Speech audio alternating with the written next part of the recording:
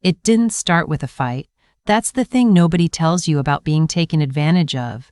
It almost never starts with a fight. It starts with a cup of coffee on a Sunday morning and your son saying, "Mom, we've been thinking," and his wife nodding beside him with that careful smile she always wore when she'd already decided something.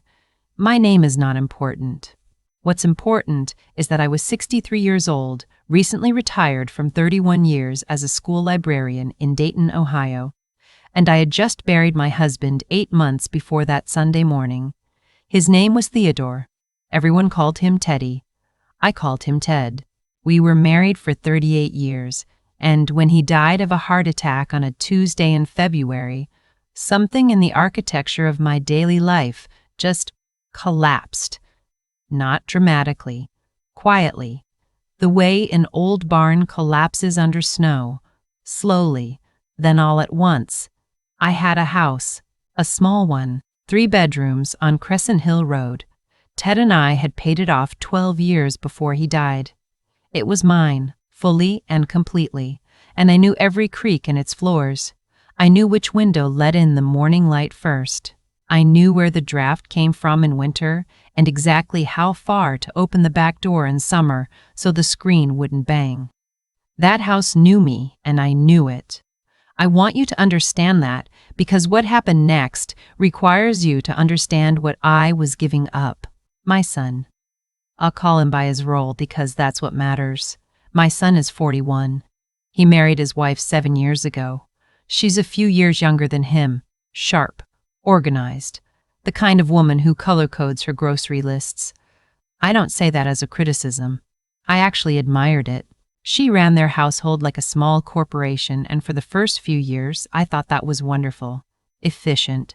My son had always been a little scattered, and she grounded him. I was grateful for that. They had 2 children, a girl, 8, and a boy, 5. I adored those grandchildren in the particular way grandparents do, with no responsibility and all the love. I drove 40 minutes to see them every other Sunday. I brought books because that's what I knew how to give. After Ted died, those Sunday visits became the thing I built my weeks around. I would count the days. I'm not ashamed to say it. Grief does that. It makes ordinary things feel like lifelines. So when my son said, "Mom, we've been thinking," on that particular Sunday in October, and his wife said, "We have so much space here and you're alone in that big house," I heard it the way I was meant to hear it, as kindness, as family pulling together. "We thought maybe you could sell the Crescent Hill place," my son said, "and move in with us." Their house was bigger than mine. 4 bedrooms, a finished basement, a yard the grandchildren could actually run in. They'd bought it 3 years earlier, stretching themselves a little, and I knew they were sometimes tight at the end of the month because my son told me things. He'd always told me things. That was part of our relationship. He'd call me on his way home from work and talk, the way he used to talk to me when he was a teenager, just processing out loud. "You'd have the whole basement level to yourself," his wife said. "Your own bathroom. You could decorate it however you wanted." I asked if I could think about it. "Of course," she said. "Take all the time you need." I took 3 weeks. I drove to their house and stood in the basement and looked at the windows and thought about whether I could make it feel like mine. I talked to my sister on the phone for 2 hours one night. She said, "Don't do it." She said it the way you say something when you already know the person isn't going to listen. I didn't listen. I told myself I was being practical. I was 63 and alone, and the Crescent Hill house needed a new roof, and the furnace was 12 years old. I told myself that being near the grandchildren wasn't just something I wanted, it was something they needed, that I could be useful, that it was the sensible thing. I sold the house in January, after 30 years in it, after raising my son in it, after bringing Ted home to it when he got sick and sitting beside him at the kitchen table for the last good years of his life. I packed it into boxes and I sold it. The sale netted me $240,000 after fees. My son had mentioned, in passing, a few weeks before closing, that they'd been quoted on a home improvement loan and the rates were difficult right now. He mentioned that the basement renovation, the bathroom update, the separate entrance they talked about adding, was going to cost more than they'd anticipated. He didn't ask me directly. He just mentioned it. I wrote them a check for $60,000. I told myself it was an investment in my own living situation. The separate entrance mattered to me. The updated bathroom mattered to me. I told myself it was reasonable. I moved in on a cold Saturday in February, almost exactly 1 year after Ted died. My son carried boxes. His wife had put fresh flowers in the basement. The grandchildren ran downstairs every 10 minutes to see if I needed help. My granddaughter helped me arrange my books on the shelves I'd brought, and she took the job very seriously, holding each one up and asking, "Where does this one go?" That first month was genuinely good. I want to say that clearly because this isn't a story where everything was bad from the start. There was a real sweetness to those early weeks. I made breakfast sometimes and left it at the top of the stairs. My son would text me, "You didn't have to do that, Mom." Thank you. I drove the grandchildren to school on the days his wife had early meetings. I cooked dinner on Thursdays. I bought groceries without being asked because I was living there and it felt right. I was contributing, and I knew I was contributing, and for a while that felt like enough. The first time the subject of money came up directly, it was late March. His wife knocked on my basement door on a Sunday evening. She sat down on the edge of my small sofa the way you sit when you have something prepared. "I just want to check in," she said, "about how things are feeling for you down here." I said it was feeling fine. "Good," she said. "I'm glad." And then, very smoothly, the way you move chess pieces, "We've been looking at the household budget, and with 5 people in the house now, the utilities have really gone up. I was just wondering if you thought about contributing a fixed amount each month for your share." I said that seemed fair. I said I'd been thinking about that anyway. We agreed on $400 a month. She produced a number very quickly, which told me she'd prepared the number before she knocked. I didn't think about that then. I thought about it later. 400 became the floor. I was still buying groceries, not all of them, but regularly.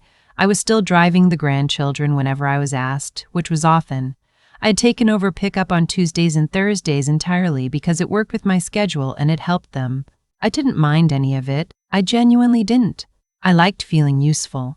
I liked being present in those children's daily lives in a way I'd never been with my own son, because I'd been working full-time. But somewhere in the spring, the temperature in the house changed. It happened in small ways I couldn't point to specifically. My son started seeming stressed when I saw him, which I attributed to work. His wife started having the kind of brief, contained conversations with me that meant she was managing something. I would come upstairs to use the kitchen and feel, very clearly, that I had interrupted something. I told myself I was imagining it. In May, my son called me, not from the driveway on the way home. He called me on a weekday morning, which was unusual. He asked if I had a few minutes. I sat down. "Mom," he said, "we're a little stretched right now." He explained that his company had restructured. His position was the same, but there'd been cuts to the bonus structure and they'd been counting on that money for some things. He said they were fine, but tight. I asked what he needed. "Nothing," he said. "I just wanted you to know." He just wanted me to know. That's what he said. 2 weeks later, his wife came downstairs again. This time she brought a piece of paper, an actual printed page with numbers on it. Monthly mortgage, utilities, broken into categories, groceries, estimated. I thought it would help to see it laid out, she said. She walked me through it the way you walk someone through a presentation. She highlighted my column in yellow.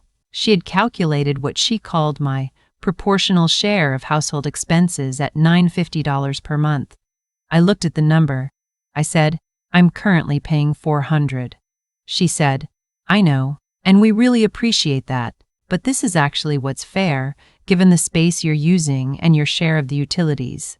I said I would think about it.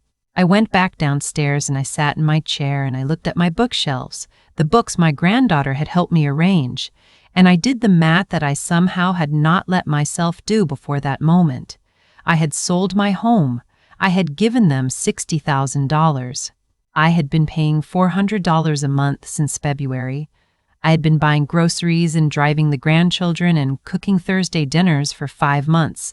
And now the number was $950. I didn't say yes. I said I needed time. That night at dinner, my son was quieter than usual. His wife was efficient and pleasant in the way she was when she was managing something. The grandchildren were loud about something that had happened at school. I drove home, downstairs, and I couldn't sleep. I called my sister. She said, "I told you." She wasn't cruel about it. She just said it quietly, the way she says things. We talked for a long time. I went upstairs the next morning and I said I couldn't do $950. I said I was already contributing more than $400 when you counted everything, and I laid it out, the groceries, the driving, the dinners. I said I was happy to revisit the fixed number, but the $950 wasn't possible on my retirement income. His wife listened. She said she understood. She said we'd figure something out. For a few weeks, nothing was said. I started keeping a small log, not in any organized way, just notes on my phone, of what I was spending and contributing. I don't know why I started doing that. Instinct, maybe. Or the part of me that had been a librarian for 31 years and knew that documentation mattered. In July, my son called me to the kitchen on a Saturday morning when his wife was out. He seemed uncomfortable before he even started talking. He poured himself a second cup of coffee he didn't drink. He told me that they were behind on the mortgage. Not dangerously, he said, but behind. He said his wife was stressed about it. He said he was trying to figure out options. I asked what kind of options. He looked at the counter. "Your retirement account," he said. "Not all of it. But if you could put in, say, $15,000 or $20,000 as a kind of loan, just until things stabilize." I looked at my son. He was 41 years old and he couldn't meet my eyes. I said, "How far behind are you?" He told me. It was more than he'd said initially. It was 3 months. I said I needed to think. I didn't sleep well that night. I thought about Ted, about what he would have said. Ted was a careful man with money. He would have written a number on a piece of paper and looked at it until the emotion left the room and only the math remained. I tried to do that. I lay in the dark and I did math. I had $240,000 from the house sale, minus the $60,000 I'd given them, minus what I'd spent in the 8 months since, and there wasn't much left in that minus column because I'd been careful, so roughly $170,000. That was my retirement. That was everything Ted and I had built, plus the house. If I gave them $15,000 or $20,000, what came next? What came after that stabilized? What was the ask after that? I knew the answer. I knew it the way you know something you've been refusing to look at directly. I said no. I told my son the next morning. I said I loved him, and I understood they were in a difficult situation, but I couldn't lend money from my retirement. I said I was 63 and I had no other income coming and that money had to last me potentially 30 more years. I said it as kindly as I could. He nodded. He said he understood. For 2 days, the house was very quiet. On the third day, his wife came downstairs. She stood in the middle of my space and she didn't sit down. She said that since I wasn't willing to contribute in a meaningful way to the household finances, they needed to talk about whether this arrangement was still working. She said that my being there had increased their costs, and that if I wasn't going to help offset that, it wasn't fair to the family. I said, very carefully, "I have given you $60,000. I have paid $400 a month since February. I have bought groceries and cooked and driven your children." She said that was my choice, that no one had asked me to do those things. I sat with that for a moment. I actually just sat with it, because I needed a second for those words to fully arrive. Then I said, "You're right, no one asked me. I did those things because I love this family. But I am not able to give you my retirement savings, and if that means this arrangement isn't working, then I think we need to talk about a timeline for me to find somewhere else to live." She didn't say anything for a moment. Then she said, "Okay." I called my sister that afternoon. She found a 1-bedroom apartment in her building. She lives in a nice complex near Kettering that was coming available in 6 weeks. I went to see it the next day. It was small, it was clean, it had a window in the kitchen that got morning light. I told my son that evening that I was going to move out. I said it without anger. I said I hoped we could get through it in a way that didn't damage things permanently, especially for the grandchildren. He looked like I had said something in a language he didn't quite speak. I think he had not expected me to actually leave. The next 6 weeks were the most complicated of my life, in a quiet, daily paper cut sort of way. His wife was civil. My son tried to act as though nothing had changed, which was both sweet and painful. My granddaughter asked me once when I was putting her to bed why I was getting a new house, and I told her that sometimes grown-ups need their own space, the way she sometimes liked to be in her room by herself. She thought about that and said, "Like for reading?" I said yes. Exactly like that. I moved out on a Thursday. My son helped me with the larger boxes, and at one point he stopped in the middle of carrying a lamp and said, "Mom, I'm sorry." I said I knew. I said I was sorry too, because I was, in a way I couldn't fully articulate. Sorry that it had dawned the way it had, sorry that I hadn't seen it sooner, sorry that love is sometimes not enough to make an arrangement work. I also, before I moved out, quietly changed the direct deposit on my pension to my own account. It had been going into a joint account my son had suggested, for convenience, when I first moved in. I had not thought much about it at the time. I thought about it now. My sister helped me unpack. She bought wine, and we sat on boxes, and she didn't say, "I told you," a single time that evening. I appreciated that. That was 14 months ago. I talk to my son every week or two. We are careful with each other in the way people are when something has bent between them that won't fully straighten. I see the grandchildren on Sunday afternoons. My granddaughter is reading chapter books now. She calls me sometimes to tell me about them. My grandson learned to tie his shoes and called me specifically to report this, very seriously, which made me laugh out loud alone in my apartment. I have space that is mine. I know where the morning light comes in. I know which shelf holds which books. I made a small garden on my patio with containers, tomatoes, basil, one rose that I wasn't sure would survive and did. People ask me sometimes when I tell this story whether I regret selling the house on Crescent Hill Road. And I've thought about that question a lot because it deserves a real answer. I regret that I didn't ask harder questions before I moved. I regret that I let hope do the work that clear thinking should have done. I regret that I confused being needed with being valued, because they are not the same thing at all, and I was old enough to know the difference. But I don't regret the $60,000, strangely. I don't regret the groceries or the Thursday dinners or the Tuesday and Thursday pickups. I did those things from love, and I'm not interested in taking love back. What I know now, what I carry now, is that you can love your family completely, fiercely, without condition, and still need a door that locks from the inside. Those two things are not in conflict. They were never in conflict. I just needed to learn that the hard way at 63 in a basement in Ohio, by the light of a lamp I eventually carried back out again. If you're a grandmother or a mother or just a woman of a certain age who's been told that the loving thing to do is to make yourself smaller, I want you to hear this. Your name is on that account, not as a technicality, as a fact. The morning light will find you wherever you are. Make sure wherever you are, you can actually see it. I've had a lot of time to sit with what happened, not to replay it with anger. I'm past that, but to actually look at it clearly, the way you look at something once the emotion has settled and you can finally see the shape of it. What I keep coming back to is this: nothing that happened was sudden. Every step had a step before it. I sold the house because I let hope override the questions I should have asked out loud. I wrote the $60,000 check because I confused generosity with obligation. I paid the $400 a month, then sat quietly while a printed spreadsheet told me it wasn't enough, because somewhere in me I still believed that being agreeable was the same as being good. It wasn't. That's what I know now. There's a kind of intelligence that has nothing to do with education or credentials. It's the ability to look at a situation and ask, what is actually happening here underneath what's being said?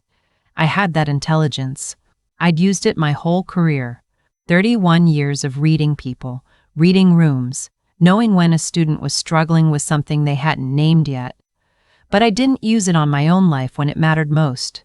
I gave the benefit of the doubt so many times that the doubt disappeared entirely, and I was left with just the benefit, theirs, not mine. That's not a failure of love. I want to be clear about that. Loving people is not the mistake. The mistake is believing that love requires you to make yourself smaller and smaller until there's nothing left to protect. Ted used to say that the most important financial decision you'll ever make isn't what to buy, it's what to refuse. He said it about investments, about business, but I think he meant it about life in general. He was right.